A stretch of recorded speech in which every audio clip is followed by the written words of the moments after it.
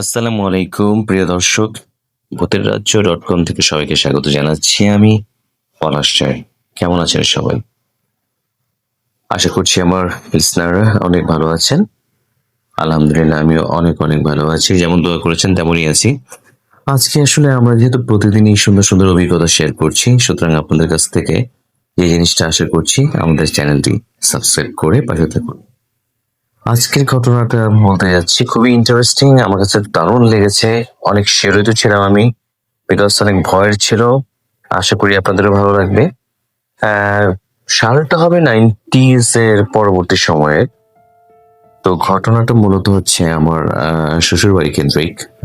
তো আমার শ্বশুর বাড়ি হচ্ছে ঢাকাতেই, ফার্ম গেট এলাকার আশেপাশে। আমি যে কোনো কারণে হোক, আমি এলাকাটার নাম উল্লেখ করছি না, বললাম জাস্ট। তো 90s এর দশকে তখন আমার আসলে যে দাদা শ্বশুর, উনি তখন কিন্তু অলরেডি এক্সপায়ার করেছেন, মারা গিয়েছেন, কিন্তু আমার দাদি শাশুড়ি বেঁচে ছিলেন। তো একটা সার্টেন সময় এসে তাদের কিছু ফার্নিচার বানানোর প্রয়োজন পড়ে। তাদের অনেক বড় বাড়ি ছিল, তো অনেক বড় বাড়ি ছিল, যদিও এখন নেই।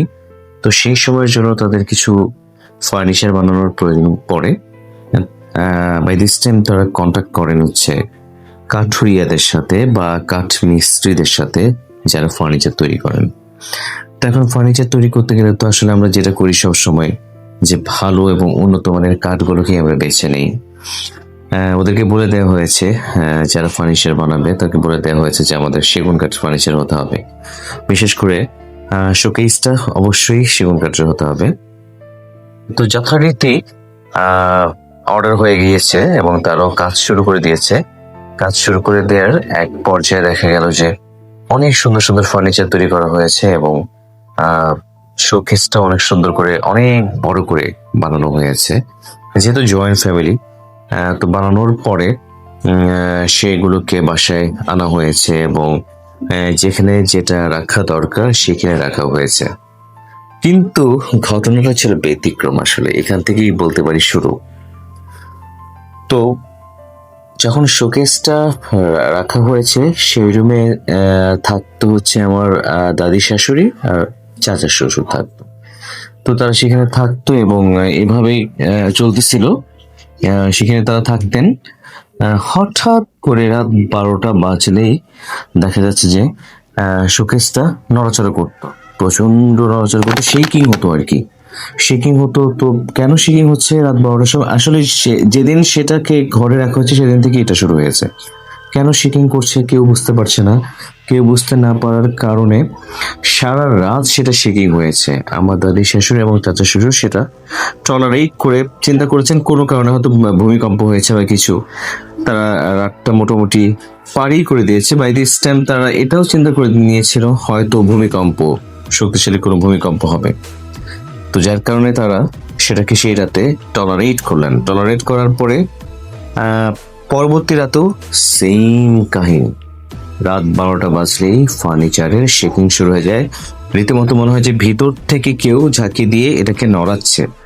তো এটা অবশ্যই চিন্তার বিষয়। একটা সার্টেন সময় তারা ভয় পেয়ে যায় যে হাউ ইজ ইট পসিবল, এটা তো হওয়ার কথা না, এটা হতে পারে একদিন, হতে পারে, এটা তো প্রতিদিন হবে না। তারপর যাই হোক, পরবর্তীতে যেটা দেখা গেল যে সবাই মিলে পারিবারিক একটা বৈঠক হলো। পারিবারিক একটা বৈঠক হওয়ার পর তারা যেটা করলো সেটা হচ্ছে, আরেকটা বিষয় জানিয়ে রাখি, আমার যে দাদা শ্বশুর ছিলেন উনি কিন্তু ভীষণ আল্লাহ ভক্ত একজন মানুষ ছিলেন। এবং যেটা আমি শুনেছি যে তার পালিত 7টা জিন ছিল। তো আমার দাদি শাশুড়ি, আমার দাদা শ্বশুরের অনুপস্থিতিতে আমার দাদি শাশুড়ি কিন্তু ওই জিনদের সাথে যোগাযোগ ছিল। তো যাই হোক, পরে তারা চিন্তা ভাবনা করে পাশের যে ইয়ে ছিল মসজিদের খাদেমকে তারা ডাকতে যায়। আমার দাদি শ্বশুর এবং চাচা শ্বশুর তারা দুজন মিলে মসজিদে যায়, যে দেখে যে খাদেম যে উনি নেই, উনি দেশের বাইরে গিয়েছেন তার ভাইয়ের সাথে দেখা করতে, আমেরিকায় বা কানাডাতে ডাক্তার ভাই। তো পরে তারা কি করবেন, তার অ্যাবসেন্টে যে ছিলেন মসজিদ থেকে হুজুর, তাকে আনেন। হুজুর এসে বলেন যে সম্ভবত কোনো সমস্যা আছে এটার, তো এখন কি করা যায়। দেন তারা যেটা করেন, হুজুর এসে জাস্ট দোয়া দরুদ পড়ে দেন, এবং পানি দোয়া পড়ে পানি ছিটিয়ে দিতে বলেন প্রতি রাতে। খুব তাই করা হতো, পরবর্তীতে কমে যায়। এটা কমে যাওয়ার পর কয়েকদিন কম থেকে আবার শুরু হয়। কারণ আমার দাদি শাশুড়ি তাদের যে ব্যক্তিগত মানে তাদের আশ্রয়ের 7টা জিন ছিল, ভালো জিন। তাদের সাথে আমার দাদি শাশুড়ি আলোচনা করেন, তাদেরকে জানান বিষয়টা। তো সেই জিনেরা বলে যে আমরা পারবো না, এখানে খুবই শক্তিশালী একজন জিনের ভর আছে। কারণ সে এতই বেশি শক্তিশালী যে তার কাছে আমরা একদম তুচ্ছ, আমরা কোনো সমাধান দিতে পারবো না। তো মসজিদের যে আপনার মেইন, সে যদি কোনো সমাধান দিতে পারে, বাট আমাদের দ্বারা পসিবল নাই। জিনরা একদম ডিনাই করে যে আমরা পারবো না। কারণ এই জিনরা এসছে হচ্ছে বহু দূর থেকে। যেই জিনের কথা বললো, যে সেই জিন আসলে অনেক পুরনো, কয়েকশো বছরের পুরনো জিন। তো যেই কাঠ দিয়ে এই শোকেসটা বানানো হয়েছে, সেই কাঠটা আসলে যে জঙ্গল থেকে আনা হয়েছে। সম্ভবত কোনো এক সময় 200-300 বছর আগে একজন মাওলানা কোন একটা জিনকে সেখানে বন্দি করে রেখেছিল। সেই জিনটা সেখানে বন্দি অবস্থায় ছিল। তো যাই হোক, কাঠুরিয়ারা কাঠ কাটতে কাটতে ভুলক্রমে সেই গাছটা কেটে নিয়ে আসে, এবং সেটা দিয়ে ফার্নিচার তৈরি হয়, এবং সেই মূল অংশটা দিয়ে শোকেসটা তৈরি হয়। এরপরে হচ্ছে অনেক অপেক্ষার পরে, যখন কোনোভাবেই কোনো কিছু হচ্ছে না, তারা অপেক্ষা করতে করতে সেই মসজিদের যে মেইন পার্সন, উনি চলে আসেন আমেরিকা থেকে। তখন তাকে নিয়ে তারা রাতের বেলা বৈঠকে বসেন। উনি বাসার সবাইকে নিয়ে রাতের বেলা বসে উনি সবকিছু শুনে, এবং আমার দাদি শাশুড়ি যে তার পালিত জিনদের দ্বারা জানতে পেরেছে যে এটা যে জঙ্গল থেকে আনা হয়েছে, সেখানে যে কাঠ দিয়ে বানানো হয়েছে, সেই গাছে আসলে খুবই শক্তিশালী একজন জিনের বসবাস ছিল। অনেক কয়েকশো বছরের পুরনো একজন জিনের বসবাস ছিল, সুতরাং একে সহজে সরানো যাচ্ছে না। তখন আমার যে মসজিদের মেইন যে তিনি তখন, তারও অনেক পালিত জিন ছিল, তারা যথেষ্ট শক্তিশালী। তো বাসার মধ্যে ড্রয়িং রুমে সবাই মিলে বসে আরো কয়েকজন হুজুরকে আনা হয়েছে, এবং এক হুজুরের উপরে জিনটাকে আনা হলো। জিনটা তো ভয় তো গলায়, মানে যেভাবে কথা বলছিল সবাই ভয় পেয়ে গেছে। বেশ মানে ভিন্ন গলায় কথা বলছিল, বললো যে আমার কি দোষ, আমাকে এখানে ডেকে আনা হয়েছে, আমাকে প্রায় 200 বছর আগে বন্দি করেছিল একজন মৌলানা, আমি তো আসতে চাইনি, কাঠ কেটে আমাকে এখানে আনানো হয়েছে, আমি কারো ক্ষতি করতে চাইনি, কিন্তু এখন আমি ক্ষতি করবই। তখন যে মৌলানা সাহেব মসজিদের, উনি অনেক বোঝালেন তাকে।